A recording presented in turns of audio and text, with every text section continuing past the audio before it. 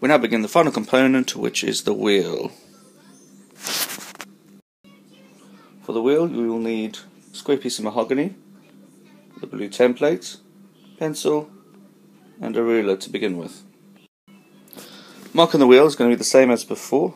When trying to find the centre of the square, pencil, ruler and piece of wood. You will then mark out the centre by using the ruler with each corner to find the centre, and then make sure you do a nice big cross. Now once you've found the centre of the square, we need to, on the pillar drill, drill a 6mm hole.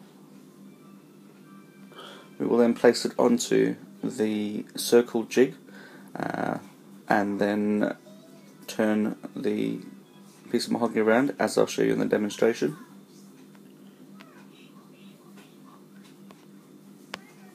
And then it pretty much looks like this. So carry on turning it around and around until you get to the desired size. Then the next part we're going to be using the quality control method. So once you've completed the wheel on the disc sander, you need to put the quality control template over the top to make sure it's the correct size.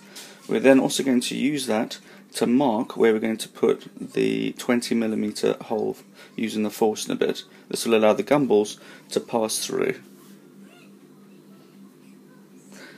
There we go, pretty much like that. Make it nice and clear as well.